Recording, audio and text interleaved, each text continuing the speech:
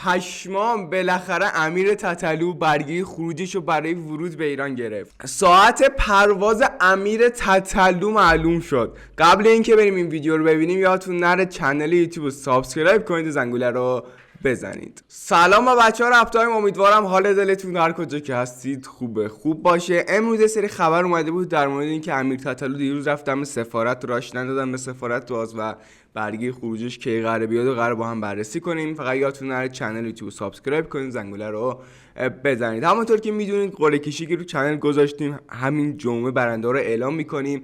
اگه میخواید داخل قرعه کشی برنده بشید و اسپاتیفای رایگان هدیه بگیرید، فقط کافیه ساب کنید، کامنت بذارید و منتظر باشید تا جمعه هر هفته برنده ها رو اعلام کنیم. همونطور که میدونید امیر تتلو قرار بود برگرده ایران. به خاطر یه سری مشکلاتی که بود یه ویدیو هم ساختم قبلا در موردش که قرار رفت با بهروز تتوکارش دعوا کرد سر همین قضیه که پولش خورده بودن و پول ویلا و اجاره اینا نداشتن. قرار بود برگرده ایران.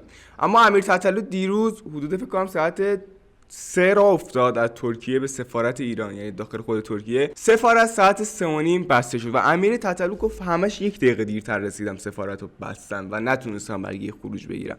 ولی خب امروز کلا حرفاش عوض شد. برگشت گفت که من نمیخوام بیام ایران آقا، میخوام فقط یه دونه پاسپورت بگیرم برم از ترکیه بیرون. اگه به من پاسپورت ندین یا برگه خروج ایران رو میگیرم یا پاسپورت میگیرم میرم بیرون. یعنی بین برگه خروج و پاسپورت یه چیزو کاملا مشخص کن که من یا برگردم کشور خودم ایران که حداقل از دست کسایی که ایرانیایی که داخل ترکیه هستن راحت باشم، یا برم یه کشور دیگه کلا داخل ترکیه نباشم. امیر تتلو دیروز این موقع این توییتو زد، نوشت که خواب موندم یکم، سفارتو نبندین دارم میام. تو سایت زده تا 4 بازه، من الان راه افتادم، استوری هم گذاشتم قبل 4 اونجام. این توییتو وقتی زد امیر تتلو ظاهرا 1 دقیقه فقط دیرتر رسیده و سفارت کلا بسته رفته و نمیدونم، احتمال زیاد بازم حاشیه است دیگه. وقتی من میدونم مثلا 7 صبح مدرسه دارم 6:30 راه میافتم که به مدرسه برسم دیگه، نمیدونم 7 راه بیافتم میگم یه هفته 1 دقیقه مثلا در مدرسه رو بستن. این یکی از حاشیه‌ها بود.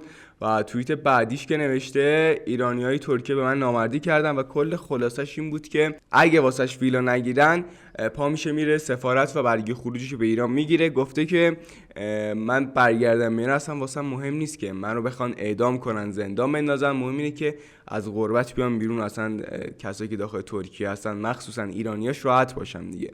و یه سری افرادم که خود تتلو اومده تا واکنششون داد، گفتن که مثلا بسته که بیاد ایران و هم مثلا تتلو بیاد ایران چیز عجیبی نیست و تتلو گفته من میدونم خودم بیام ایران اولین نفر اعدام میکنن توی میدان، همه با میسن تشویق میکنن به خاطر اینکه دارن منو اعدام میکنن. و اینطوری که گفته صلاحپور مدیر برنامه‌های کنسرتش دیگه، پول کنسرتی که واسه یه کنسرت گذاشته بود تتلو قبلا، پول کنسرتشو کلا خورد و اصلا کنسرت کنسل شد دیگه، پولو پس نداد. صلاحپور قرار بود به تتلیتیو پس بده ولی خب همچین کاریو نکرد. یه دونه کفش هم فروخته بود قبلا امیر تتلو که بازم پولش دست صلاحپور بوده که بازم صلاحپور نداده. قرار بوده ویلا واسش اجاره کنه که اونم نکرده و ظاهرا دزدی‌ها اینجا صورت گرفته. یعنی کلا کسایی که میرن تو تیم تتلو بیشتر یه آدم مفخوری ان یا دزدن یا تجاوز میشه بهشون، نمیدونم چرا اینطوریه واقعا. دیروز وقتی داشت میرفت داخل سفارت، قبل اینکه بره داخل سفارت واسه کسی که اونجا کار میکرد، مدیر سفارت ایران داخل ترکیه، سیگار برگ گرفته بود که با هم مثلا بشینن واسه برگ خروج که بریم ببینیم یه تیکه رو.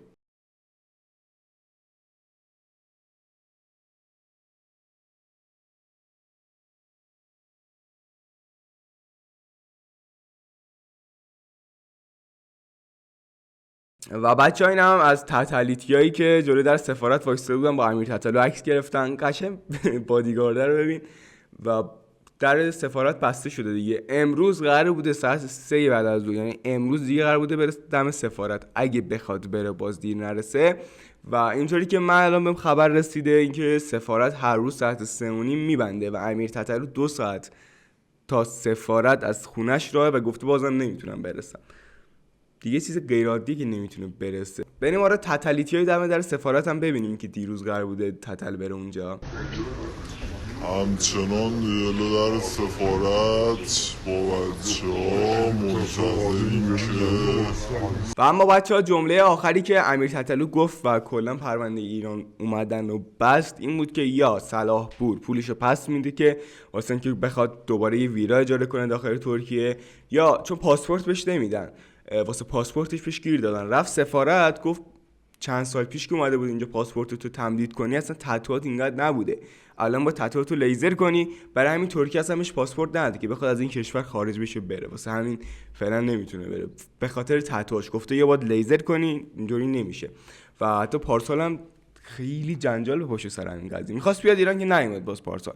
ولی خب الان صلاح‌پور باید یا پول کنسرتشو برگردونه بهش یا یه ویلا اجاره کنه تا تتل نیاد دم سفارت برگه خروجو بگیره، کلا بی خیال بشه. بچه‌ها امیدوارم از این ویدیو خوشتون اومده باشه. یادتون نره کانال یوتیوب سابسکرایب کنید، زنگوله رو بزنید. اگه میخواید داخل قرعه کشی ثبت نام کنید همین الان یه کامنت بذارید، ساب کنید و منتظر باشید داخل قرعه کشی اکانت اسپاتیفای رو برنده بشید. دمتون گرم، دوستتون دارم. تا ویدیو بعدی، خدا نگهدارتون.